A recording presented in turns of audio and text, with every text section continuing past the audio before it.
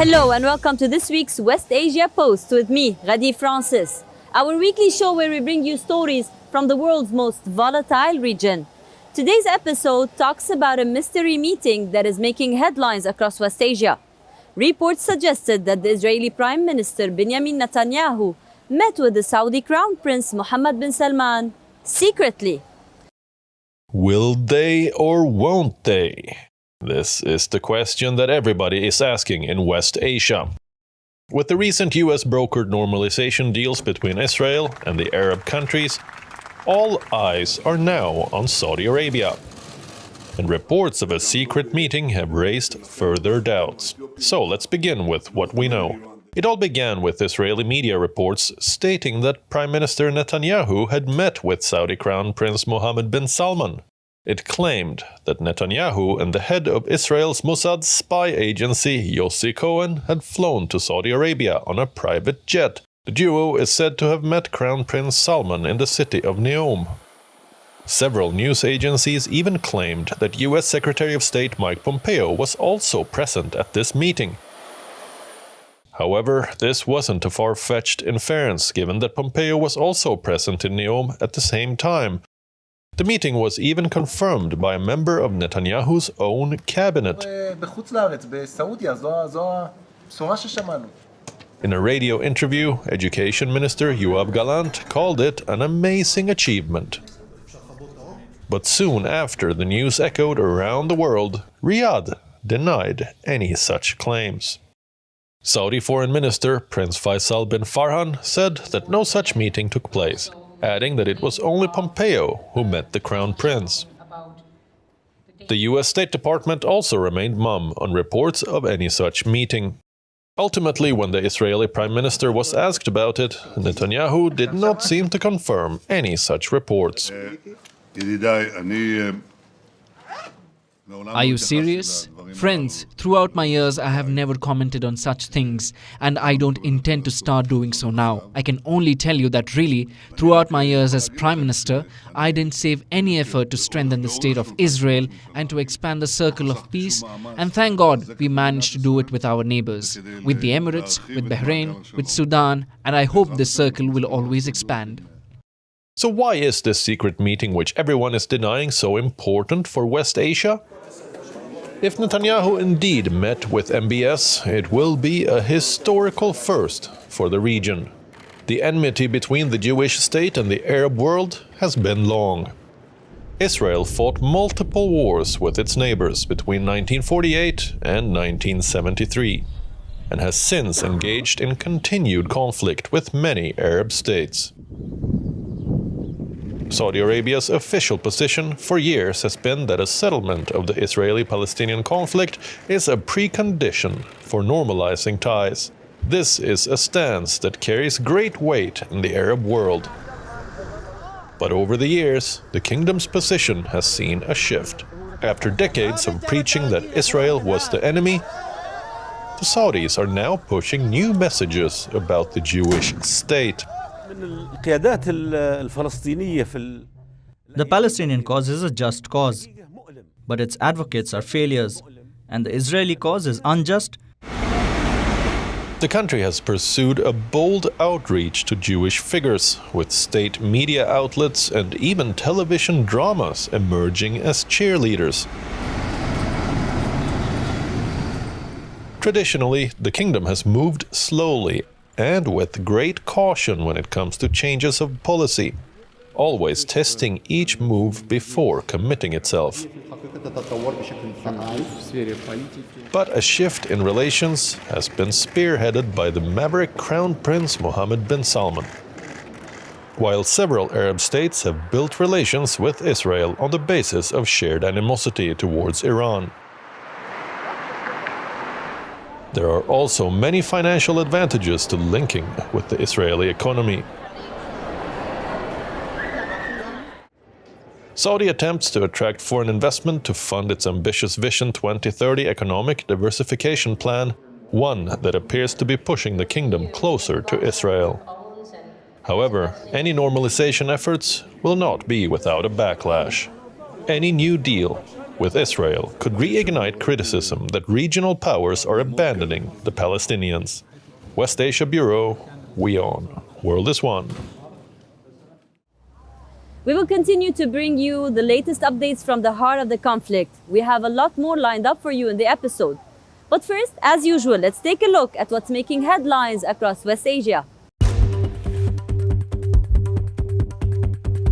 A sharp rise in coronavirus infections in the Gaza Strip could overwhelm the vulnerable healthcare system, according to public health advisors. 79 of Gaza's 100 ventilators have already been taken up by COVID-19 patients.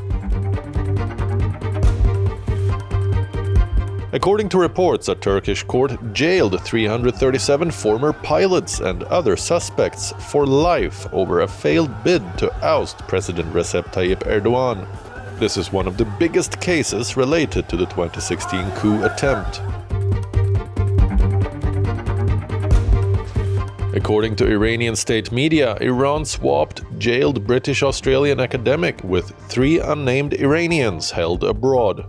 Kylie Moore Gilbert was detained in Iran in 2018 and sentenced to 10 years in prison on espionage charges. New reports indicate that United Arab Emirates has temporarily stopped issuing new visas to citizens of Pakistan, Afghanistan, and several mostly Muslim majority countries over security concerns. It is still not clear if there were any exceptions to the ban. West Asia is witnessing major shifts. New alliances are shaping up. Gulf nations are undertaking reforms. And amid all this, India's External Affairs Minister S. Jaishankar has kicked off a tour, a 6-day-long visit to West Asia. India is now looking to expand its relationship with the Gulf, a region that is a key strategic partner for the nation. A 6-day tour of West Asia during the pandemic, key visits to Bahrain and the United Arab Emirates, with External Affairs Minister Jaishankar leading India's Gulf outreach. The much-awaited West Asia tour started in Bahrain. Jaishankar met with his Bahraini counterpart, Abdullatif bin Rashid Al Zayani. He also met with Prime Minister Prince Salman bin Hamad Al Khalifa. The External Affairs Minister also thanked Bahrain for taking special care of the Indian diaspora during the pandemic. S. Jaishankar also paid a visit to Lord Sri Krishna Temple in Manama. Last year, Prime Minister Modi had launched a redevelopment project for this 200-year-old temple. Project worth almost $4.2 million. Jaishankar's next visit was to the United Arab Emirates, where he discussed further opportunities to work together with the Gulf Kingdom in a changing world. Meeting with his counterpart Sheikh Abdullah bin Zayed bin Sultan Al Nahyan, Jaishankar also took stock of India and UAE's growing ties and cooperation. Both the leaders held discussions on a range of bilateral issues, reviewing their cooperation on trade, investment, infrastructure, energy, food security, and defense. The External Affairs Minister's West Asia visit comes at a crucial time. The Gulf nations are going through a reform drive, reforms to wean away from the dependence on oil and develop more sources of economic growth. The pandemic has dealt a blow to most of these nations and their oil-dependent revenues. According to the IMF, the Gulf Cooperation Council or GCC countries will lose $270 billion in oil revenues this year. These nations are now making big-ticket investments to open up other sectors of the economy to generate income. India can play a very crucial role here, offering many investment opportunities to the Gulf. Since taking office, Indian Prime Minister Modi has made strong relations with the Gulf his priority. He has traveled to the UAE, Saudi Arabia, Bahrain, Kuwait, and Qatar. Strategic countries wielding a lot of power in West Asia. Leveraging its strong relationship, New Delhi can take advantage of the new opportunities. But it is not just financial power that India is focusing on. Gulf's financial power often translates into political influence in West Asia, making them key allies for India, and building a partnership that could emerge as a force in world affairs. Another key reason for India's Gulf outreach is its diaspora in these nations. In Bahrain, the Indian diaspora represents a third of the country's population. Meanwhile, more than 3 million Indians live and work in the UAE. That's almost 30% of the country's population. The presence of the huge diaspora is an immediate concern, a reason to protect India's interests in the Gulf. With its regional influence growing with this crucial visit during the pandemic, it has now become clear that India no longer looks at the Gulf as a mere source of oil, but considers them to be key strategic partners. West Asia Bureau, we own. World is one. Just hours after Saudi Arabia finished hosting its virtual G20 summit, Yemen's Houthis attacked an Aramco oil facility in the kingdom. This was reminiscent of the drone attack on the kingdom in 2019 that shook the global oil market. We tell you more in our next report. It will be overheated soon and disconnect from my... Yemen's Houthi rebels hit an oil facility on Monday in the Saudi city of Jeddah, in another assault on the kingdom's energy infrastructure. The rebel group said that it had hit a distribution station operated by oil giant Saudi Aramco, adding that they struck the facility with a Quds-2 missile. The attack was later confirmed by Saudi Arabia, which said that it was a big explosion. However, the blaze was extinguished within 40 minutes and no casualties have been reported. Aramco granted foreign media rare access to the Jeddah distribution facility, where damage to the storage tank was visible even a day after the attack. The top rim of the tank looked charred, and debris was visible on the ground. The damaged part is almost 2 meter by 2 meter hole in the roof of the tank. And that's the only thing we can see so far. Once we assess the situation and make a safe access to the tank, we can see and assess the magnitude of the damage of the tank.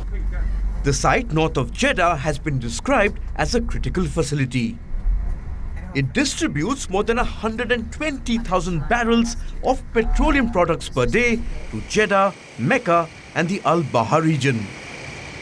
While distribution from the plant was restored within 3 hours, the damaged tank remained out of action. The latest strike comes just a year after attacks on 2 other Aramco facilities.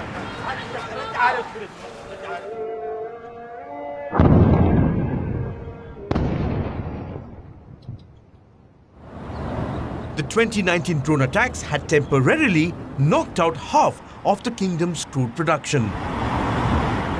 While the attack was in response of the Saudi-led coalition's actions in Yemen, what now worries the kingdom is the accuracy of this strike. The facility is located just southeast of Jeddah's international airport, which handles incoming pilgrims en route to nearby Mecca.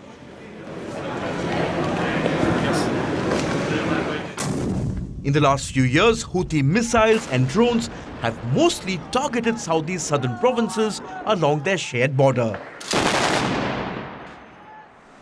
But the attack on Jeddah, which lies some 600 kilometers from the frontier, is an indication of the rebels' advancing arsenal. Saudi Arabia has been involved in the Yemen conflict ever since Houthi rebels took control of the capital Sana'a in 2014.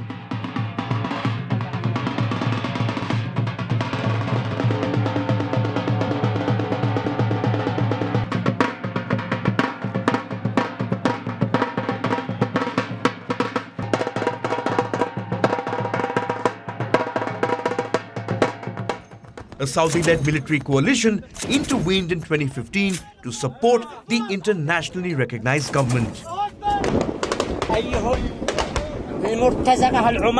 The kingdom has since been a target of various missile attacks. However, cross-border attacks by Houthi forces have escalated since late May. Ironically, the attack comes at a time when the Trump administration plans to designate the Houthis as a terrorist organization.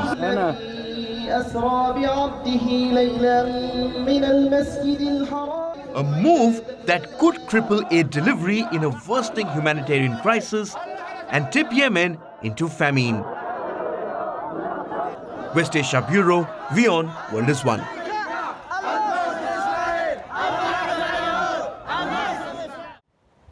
American B-52s have made their return back to West Asia. These giant veteran aircraft were last deployed in the region in May 2019. Ironically, the deployment came at a time when the US is withdrawing troops from Iraq. So why is the United States bringing back its massive strategic bombers to the region? We take a look.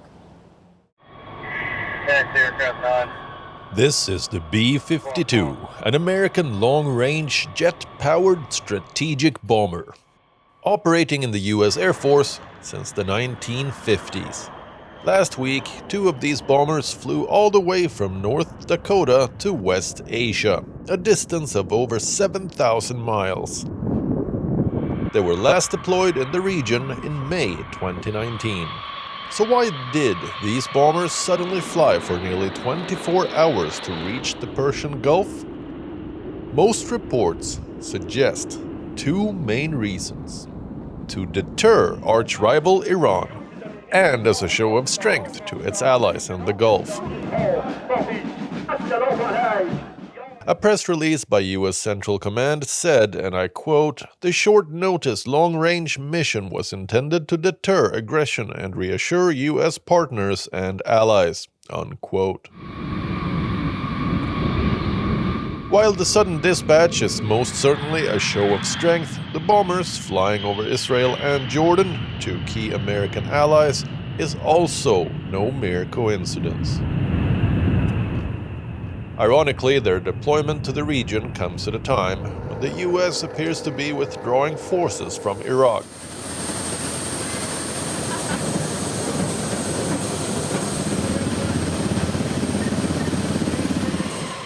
The shakeup and the deployment of the B-52s now brings changes in Iraq and Afghanistan, posing questions about the continuing role of the United States in West Asia. While this deployment looks like a largely symbolic gesture, for now, the message that the bombers send remains loud and clear. West Asia Bureau, WION. World is One.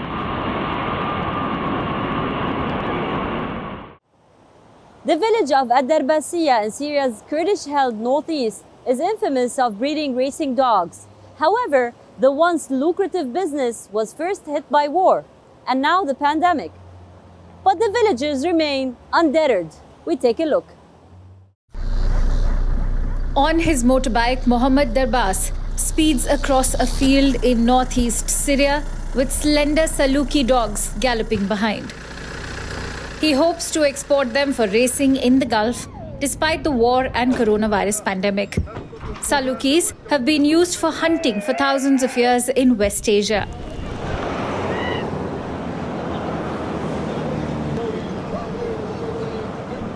They were revered in ancient Egypt, being kept as royal pets and mummified after death.